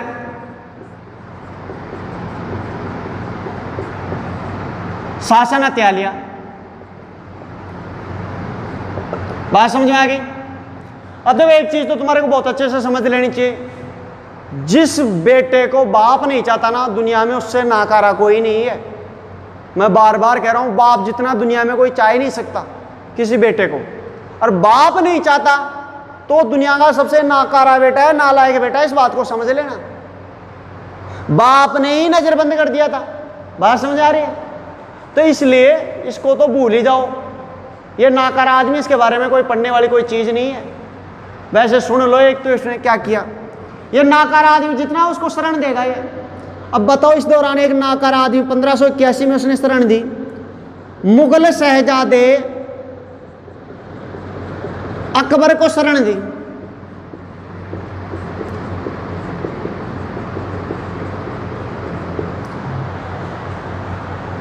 औरंगजेब का बेटा था अकबर, औरंगजेब के दादा का नाम भी अकबर था और औरंगजेब के बेटे का नाम था अकबर। उसने भी बगावत कर दी थी और उस बगावत में उसकी बहन ने साथ दिया था, जिसका नाम था जेबुस निस्सा। क्या नाम था? जेबू। और जेबुस निस्सा ने दिल्ली में उसे नजरबंद किया और उसने एक पुस्तकालय खोला था। बताओ कौन सा था? मीरात उल बेताल। कोई बात नहीं, ठीक है। तो उस पुस्तकालय लिखा था और इसके अलावा एक किताब भी लिखी थी। तो जेबुस निस्सा का भाई अकबर ने विद्रोह कर दिया था और वो जब दक्षिण में आया तो दक्षिण में साथ किसने दे दिया? संभाजी ने। भाई तू बढ़िया आदमी है, पिताजी से बगावत करके आया, आजा, मैंने भी की है। बात समझ आ गई? अब मुगलों के और भी लड़ाई हो जाती है और 1582 में खुद औरंगजेब अपनी सेना लेके और दक्कन में आ जाता है और 1587 में एक युद्ध होता है जिसका नाम है संगमेश्वर, संगमेश्वर का युद्ध।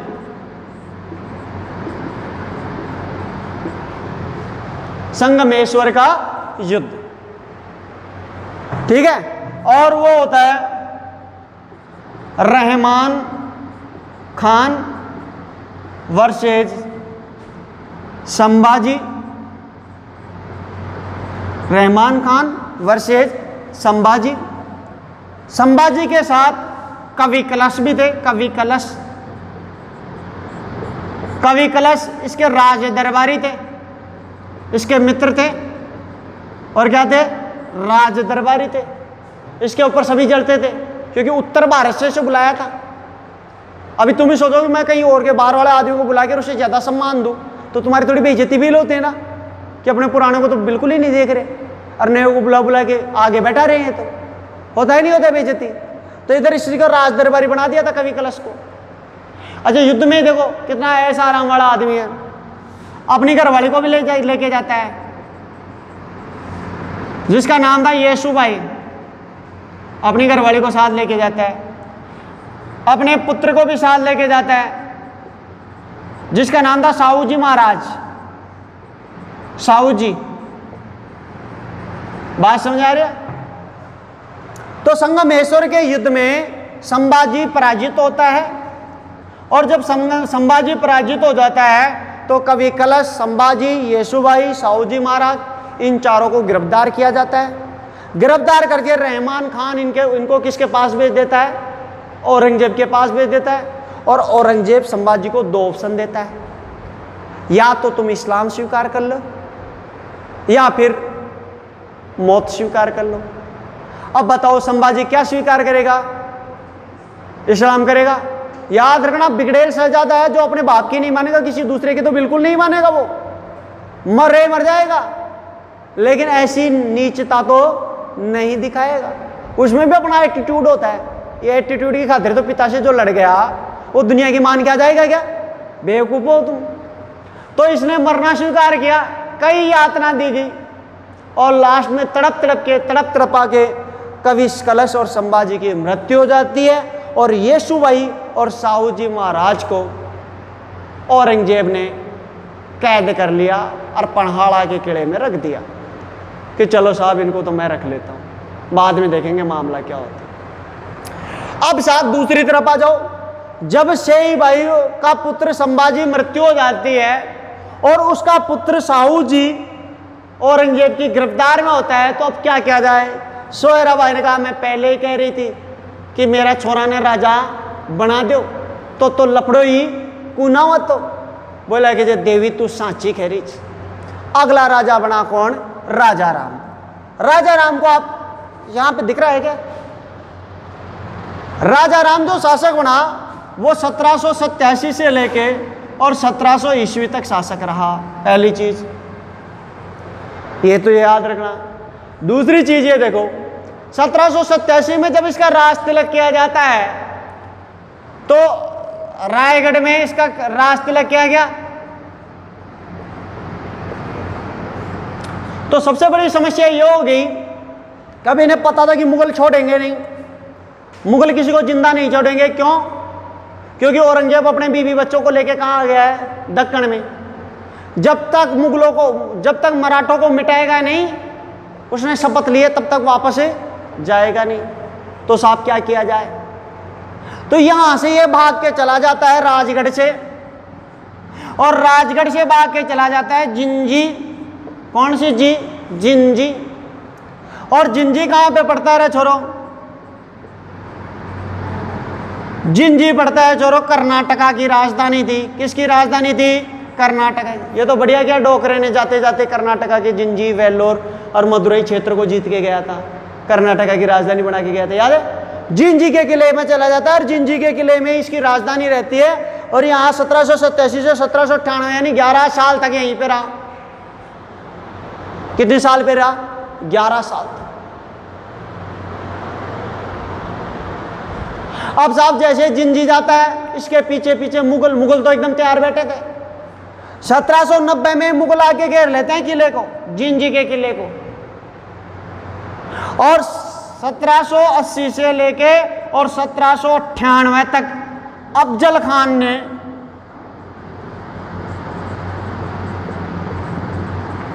इस किले को घेर लिया। 8 साल तक ये अंदर बैठे और चाचा जी बाहर बैठा है। बात समझ आ रही है? ये जिंजी के किले के अंदर है और ये कहाँ है? बाहर बैठे। कितनी साल से बैठे हैं? 8 साल से। आप 12। आधी रोटी खा के काम चला लिया, लेकिन अब पता लग गया कि अब तो यहां से भागना ही पड़ेगा। बात समझ आ रही है? तो जिंजी के किले से फिर ये निकलते हैं साहब। तो याद रखना, पहली राजधानी इनकी कौन सी थी? रायगढ़ या राजगढ़। दूसरी राजधानी कौन सी थी? जिंजी। और जिंजी के बाद में 1799 में निकल के चले जाते हैं और तीसरी राजधानी पे चले जाते हैं जिसका नाम था सतारा। कौन सी तारा? सतारा। क्लियर? सतारा पे चले जाते हैं। इस दौरान राजा राम ने क्या क्या किया वो भी देख लो। राजा राम की अगर बात की जाए तो उसके 2 प्रमुख सहयोगी थे। कितने सहयोगी थे? 2। एक तो शांता घोरपड़े, एक दूसरा था धन्नोजी जाधव। इसके 2 प्रमुख सहयोगी थे, याद रखना। इसके जबरदस्त सहयोगी थे। राजा राम की बात की जा रही है। ये बीच वाला मैटर मैं साफ कर देता हूं, इसका एक स्क्रीनशॉट ले लेना। ले लिया? हाँ। ये राजा राम के दो प्रमुख सहयोगी थे। कौन कौन से थे? शांता घोरपड़े, ये दिख रहा है क्या? दिख रहा है? सही है। अच्छा, इसके अलावा इसने क्या किया? इसके अलावा दूसरा देखो कि इसने अपनी ताकत बढ़ाने के लिए इसने सबसे बढ़िया काम क्या किया कि इसने मराठा संघ की स्थापना की। किसकी स्थापना कर दी? मराठा संघ की स्थापना की। और मराठा संघ के अंदर क्या आते थे? 5 पद आते थे, 5 बड़ी शक्तियां आती थी उस संघ में। क्या कितनी शक्तियां शामिल थी? 5। एक तो था पूना, और पूना में रहता था पेशवा। पूना में कौन रहता था? पेशवा। दूसरा था नागपुर, और नागपुर में रहते थे भोंसले। तीसरा था बड़ौदा, और बड़ौदा में रहते थे गायकवाड़। और चौथा था ग्वालियर, और ग्वालियर में रहता था सिंधिया। और पांचवा था इंदौर, और इंदौर में रहता था होलकर। कौन रहते थे? होलकर। तो मराठा संघ की स्थापना किसने की थी? राजा राम ने। किसने की थी? राजा राम ने। बात समझ में आ गई? और अपनी ताकत बढ़ा के ये शांता घोरपड़े, धन्नोजी जाधव इसके प्रमुख सहयोगी थे, और ये धीरे धीरे अपना विकास करता जाता। इसी दौरान क्या होता है कि 1700 ईस्वी में राजा राम की मृत्यु हो जाती है। राजा राम की क्या हो जाती है? मृत्यु हो जाती है। और राजा राम की जैसे ही मृत्यु होती है, और फिर विवाद शुरू हो जाता है कि अब राजा कौन बने। भाई देखो, सेई बाई, शिवाजी की बड़ी पत्नी का नाम था सेई बाई, छोटी पत्नी का नाम था सोयरा बाई। बड़ी पत्नी का पुत्र मर गया, और छोटा पुत्र, उसका पुत्र जो था वो कैद में था। कायदे से ये राजा बनता, बड़े का बड़ा, लेकिन चूंकि कैद में होने के कारण ये बन गया। अब कौन बने? तो ये अभी भी कैद में ही है, तो अब इसका पुत्र ही बनेगा। तो इसका एक स्क्रीनशॉट लो ताकि मैं आगे बताऊं। ये 1687 है, याद रखना। 1600 है, यहाँ पे 1700 कर दिया है। 1680 से लेके और 1698 तक कौन सी रही थी? ठीक है, ये 1600 है। ये 1687 से लेके 1700 तक राजा रहा था। 1787 से 1700 नहीं है, ठीक है। और 1687 से 1698, 1680 से 1698, और इसके अलावा ये 1700 ईस्वी में राजा राम की क्या होगी? मृत्यु होगी। अब लो इसका स्क्रीनशॉट। ये 1690 से 1698 तक 8 साल तक घेरा किया था, ठीक है। अब देखो इसको दोबारा देख लो एक बार। शिवाजी,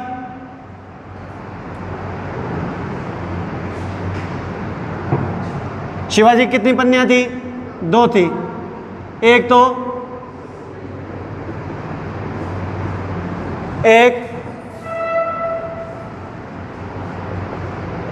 सोयरा बाई, एक तो सही भाई, एक सोयरा बाई। इसके पुत्र का नाम क्या था? संभाजी। संभाजी कब से कब तक शासक बना? 1680 से 87 तक। और इसके पुत्र का क्या नाम था? राजा राम। और राजा राम कब से कब तक शासक बना? 1687 से 1700। ये अपन ने दोनों का अध्ययन कर लिया। अब साहब इसके बाद में राजा राम के 2 पत्नियां थी। एक का नाम था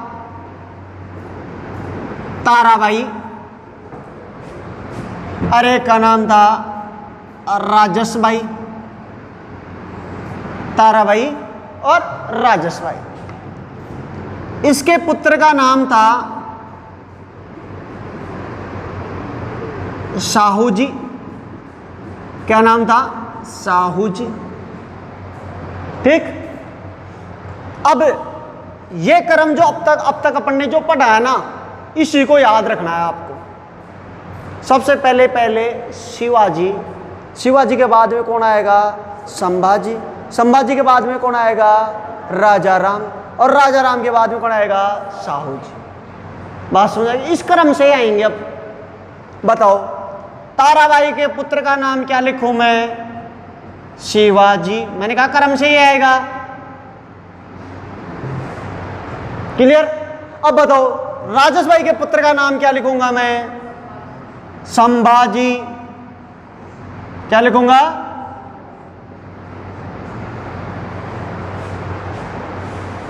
अब बताओ, शिवाजी के पुत्र का नाम क्या लिखूंगा? क्या? राजा राम सेकंड। आ गया समझे? तो ये वैसे के वैसे याद रखना है। और बताओ, इसके पुत्र का नाम क्या लिखूंगा? शाहू जी सेकंड। क्लियर? बिल्कुल सीधा है। तो यहां तक आपके राजाओं के नाम में ये छत्रपति जो अंतिम शासक है, ये ज्यादा इंपॉर्टेंट नहीं है, लेकिन मैंने एक और व्यू के लिए बता दिया है। तो अपन ने पढ़ लिया था, संभाजी पढ़ लिया और राजा राम पढ़ लिया। राजा राम के मरते ही ताराबाई ने अपने पित्र शिवाजी सेकंड को 1700 में शासक बना दिया और 1707 तक ये शासक रहा। बात समझ आ गई? 1707 में क्या करते हैं कि शाहू जी को जुल्फिकार खान ने कैद से मुक्त कर दिया, कैद से मुक्त करवा दिया। अरे मुअज्जम शासक बना था बहादुर शाह के नाम से, पता है आपको? तो उसने शाहू जी को छोड़ा। मैं वहीं पे आपको बताया था, उसने छूटते ही किसको छोड़ दिया था? शाहू जी को कैद से मुक्त किया। ये चीजें देख लेना, मैंने वहां भी बताई थी। तो उसने इसलिए छोड़ा, जुल्फिकार खान ने सलाह दी। जुल्फिकार खान वही है जिसने 1680 से लेके और 1690 से लेके 1697 तक राजा राम को वहां घेरा था, जिंजी में। कहां घेरा था? जिंजी में। और वो जिंजी से भाग के आ गया था। बात समझ आ गई? जुल्फिकार खान कौन है? 1690 से लेके और 1698 तक जिंजी के घेरा दिया था। किसके घेरा दिया था? जिंजी के घेरा। तो जिंजी का घेरा दे रहा है, इतना शक्तिशाली आदमी है। तो बाद में जाके क्या बन गया था? मैन मंत्री बन गया था जुल्फिकार खान। और जुल्फिकार खान की अगर बात की जाए तो असद खान का नाम सुना है क्या? नहीं सुना? असद खान बीजापुर में अगर आपने देखा हो, मैंने कहा कि इसका असद खान इसका मंत्री था, उसका पुत्र था। आ गया? किसका पुत्र था? अबुल नहीं, अबुल नहीं था, अबुल नहीं था। तो जुल्फिकार खान ने मुअज्जम को यह सलाह दी, बहादुर शाह को यह सलाह दी कि आप शाहू जी को छोड़ दो। शाहू जी को छोड़ोगे तो वहां लड़ाई हो जाएगी, मराठा संघ में फूट पड़ जाएगी। मराठा संघ में क्या हो जाएगी? फूट पड़ जाएगी। और ये निश्चित था, क्योंकि गद्दी का, शिवाजी की गद्दी का वास्तविक उत्तराधिकारी संभाजी, और संभाजी के बाद में कौन था? शाहू जी। लेकिन चूंकि इधर राजा राम ने उपभोग किया था और राजा राम के बाद में ताराबाई ने शिवाजी को सेकंड को बना दिया था, इसलिए ये भी गद्दी नहीं छोड़ना चाहती थी। ये संभाजी और ये राजा राम। तो संभाजी की संभाजी के भाई की बहू और साहू जी की चाची ताराबाई, साहू जी की चाची कौन थी? ताराबाई। उसने अपने पुत्र को बना दिया।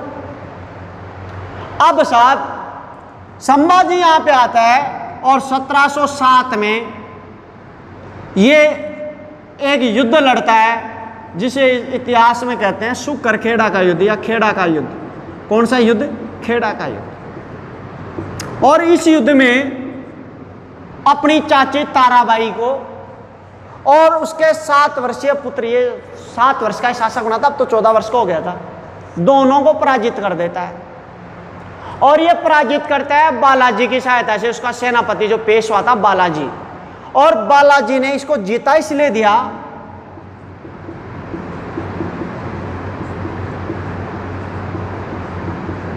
क्योंकि इसका एक जो विश्वसनीय आदमी था, राजा राम के 2 विश्वसनीय आदमियों का नाम बताओ। शांता घोरपड़े और दूसरा कौन था?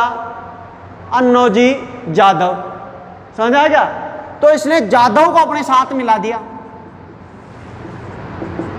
किसको साथ मिला लिया? जादव को। तो इससे ताराबाई क्या पड़ गई? कमजोर पड़ गई। बात समझ आ गई? तो साहब ये खेड़ा का युद्ध में इसने अपनी चाची को पराजित कर और गद्दी खुद हड़प ली।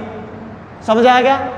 तो 1698 तक तो राजधानी थी जिंजी और उसके बाद में 1699 से लेके और फिर राजधानी हो गई थी सतारा। कौन सी? तारा, सतारा। तो किस पर कब्जा कर लिया? सतारा पर कब्जा कर लिया।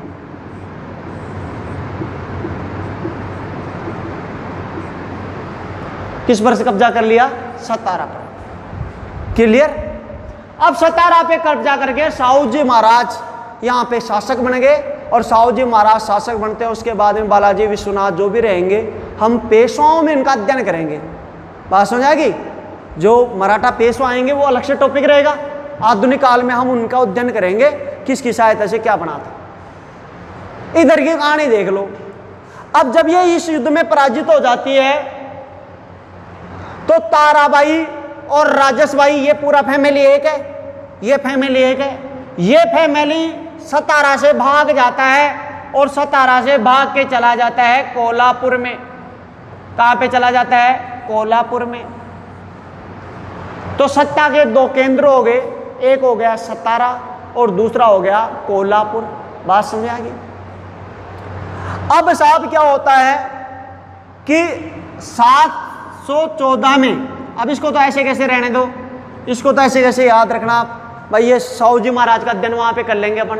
इधर की तरफ आ जाओ। 1714 में राजसबाई ने ताराबाई और उसके पुत्र शिवाजी दोनों को बंदी बना लिया और अपने पुत्र संभाजी सेकंड को क्या बना दिया? कोल्हापुर का शासक बना दिया। किसका बना दिया?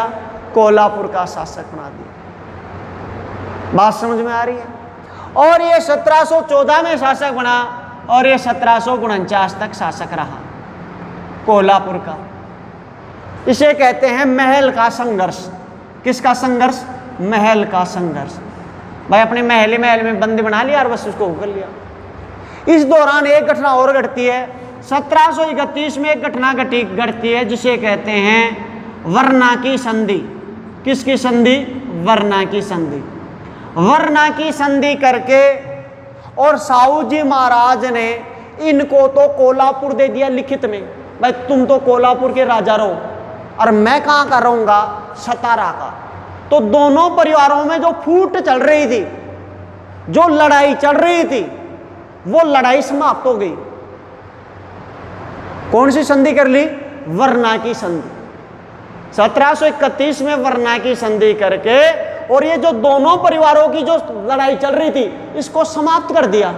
भाई आधी तुम खाओ और आधी मैं खाऊंगा। मैं यहाँ सतारा में रहता हूं और तुम कहां पे रहो? कोल्हापुर में रहो। और इसको बोला राजसबाई को, संभाजी सेकंड को बोला भाई तुम इस ताराबाई को छोड़ दो। तो उन्होंने इसको गिरफ्तार कर रखा था, छोड़ दिया, संभाजी को छोड़ दिया। तो कोल्हापुर का शासन तो कौन चला रहा था? संभाजी सेकंड। और सतारा का शासन कौन चला रहा था? साहू जी महाराज।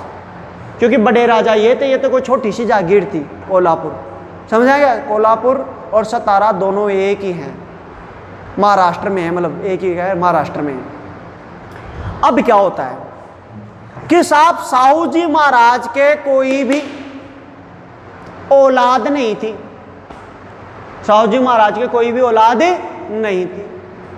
तो अपनी मृत्यु से पहले वो अपने परिवार में गया, तो ये भी बूढ़ा हो गया था भाई का लड़का, और ये भी बूढ़ा हो गया था, मरने वाले थे दोनों ही। तो उसने अपने पोते राजा राम सेकंड को, ताराबाई ने कहा उसकी चाची ने, बेटा देख राजा राम बढ़िया छोरो चाहिए, तू गोद ले ले। ताराबाई के कहने पर राजा राम सेकंड को उसने गोद ले लिया। तो अगला जो छत्रपति बना वो कौन बना? राजा राम सेकंड। कब बना? 1749 में उसकी मृत्यु पर। अब राजा राम सेकंड जैसे ही शासक बना, उसने अपना रंग दिखाना शुरू कर दिया। और जब इसने रंग दिखाया, अपनी बड़ी सभा में दादी की बेइज्जती कर दी, ताराबाई की। तो ताराबाई भी बाहर जाके पूरी पोल खोल दी कि यो छोरो तो मेरा बेटा को असली बेटो को ना कजे काई, कजे मेरा बेटा को असली बेटो नहीं है मेरे बेटे का। तो कजे कौन है फिर, किसका है? इसका पता तो तुम लगाओ। अब जब ये बात पता लगती है तो उस संघ में फूट आ जाती है। बात समझ आ रही? उस संघ में क्या हो जाती है? फूट हो जाती है। और यहां जब फूट होती है तो 1751 में एक संधि होती है जिसे कहते हैं संगोला की संधि। कौन सी संधि? संगोला की संधि। यह संधि किस किस के मध्य हुई? एक तो राजा राम सेकंड का प्रतिनिधि था, उसका नाम था रघुजी भोंसले। रघुजी भोंसले वर्सेज बालाजी बाजीराव। देखो मैंने क्या कहा है, बालाजी बाजीराव। पहले तो बालाजी विश्वनाथ था, फिर भी इसके बाद में बाजीराव था, अब आ गया बालाजी बाजीराव। बात समझाएगी? 1707 से 20 तक तो था बालाजी विश्वनाथ, 20 से 40 तक था बाजीराव प्रथम, और 40 से 63 तक था बालाजी बाजीराव। और इस संगोला की संधि के तहत ये जो शासक थे वो तो हो गए नाम मात्र के। क्या हो गए भाई? थे तो असली छोई कुना ना भाई, तू कौन सा छत्रपति शिवाजी को असली वंशज है? वहां प्रश्न चिन्ह उठ गया। बात समझ आ रही है? और जब संघ में फूट आई तो उस फूट को संभालने के लिए इन जो 5 सरदार थे, भोंसले, पेशवा, गायकवाड़, होलकर, सिंधिया, इन 5 ने मिलकर तय किया कि अपने में नेता किसको चुन लेते हैं? अपने पेशवा को। किसको? पेशवा को। और बालाजी बाजीराव के जो वंशज थे वो पैतृक हो गए। क्या हो गए? पैतृक, कि भाई इसके बाद भी इसका छोरा ही राजा बनेगा। और अब सत्ता का केंद्र हो गया पूना, क्योंकि ये कहां पे रहते थे? पुणे में। बात समझ में आएगी? बताओ सत्ता का केंद्र कहां से चला था? पूना से ही चला था, क्योंकि शिवाजी का मूल निवास स्थान कहां था? पूना। ठीक, पूना से कहा आया? रायगढ़। रायगढ़ से कभी पुरंदर गया, फिर रायगढ़ आया, फिर रायगढ़ से साहब जिंजी गया, फिर जिंजी से सतारा गया, फिर सतारा से कोल्हापुर गया, फिर कोल्हापुर से वापस सतारा आ गया, और सतारा से वापस कहां आ गया? पूना। ये अपने जीवन में तो इस प्रकार राजा राम की शक्तियां बिल्कुल निष्क्रिय हो गई। बात समझ में आ गई? अब इसके बाद में राजा राम सेकंड के बाद में जो शासक आएगा, बताओ कौन आएगा? साहू जी सेकंड। कौन आएगा? साहू जी सेकंड। इसके बारे में कोई स्पेशल है नहीं। साहू जी सेकंड के बाद में, इसके बाद में दिलीप सिंह, ये शासक आएगा, जो 1808 से लेके 1839 तक शासक रहा। इसके बारे में कुछ भी स्पेशल नहीं। हालांकि शाहूजी सेकंड की जो वेतन भत्ते थे वो नाना फडणवीस ने कम कर दिए थे। नाना फडणवीस ने इसके वेतन भत्तों में क्या कर दी थी? कटौती। एक चीज याद रखना, वेतन में कटौती। और दिलीप सिंह के बारे में ये याद रखना कि इसने अनेक बार अंग्रेजों का साथ दिया था मराठों को पीटने के लिए। किसका साथ दिया? क्यों दिया? क्यों दिया? क्योंकि उन्हें पता था कि अपनी गद्दी है, शिवाजी महाराज की गद्दी है अपने परदादा की। ये देखो, पिता, दादा, परदादा, सड़दादा और लड़दादा। लड़दादा की पीटी है और राज कौन कर रहे हैं? पेशवा। तो इसने अनेक बार अंग्रेजों का साथ दिया। किसका साथ दिया? अंग्रेजों का साथ दिया। किसके खिलाफ दिया? पेशवाओं के साथ या मराठाओं के विरुद्ध। ठीक। और लास्ट का जो शासक था वो तुम्हें थोड़ा सा याद रख लेना, जिसका नाम था शाहजी अप्पा। शाहजी अप्पा। और वो रहा था 1839 से 1848। और 1848 में जब इसकी मृत्यु हो जाती है तो लाल डलहौजी हड़प नीति के तहत मराठा सतारा का विलय कर लेता है। कौन सी रियासत का विलय करता है? सतारा का। ये क्वेश्चन कई बार पूछे गए, याद आ गया? सतारा का हड़प पे विलय, यहां पे विलय किया जाता। शाहजी अप्पा इसका नाम है। बात समझाएंगे? दोबारा सुन लेना इसको, ये लास्ट के पॉइंट हैं जो आपको एक समराइज करके बता देता हूं।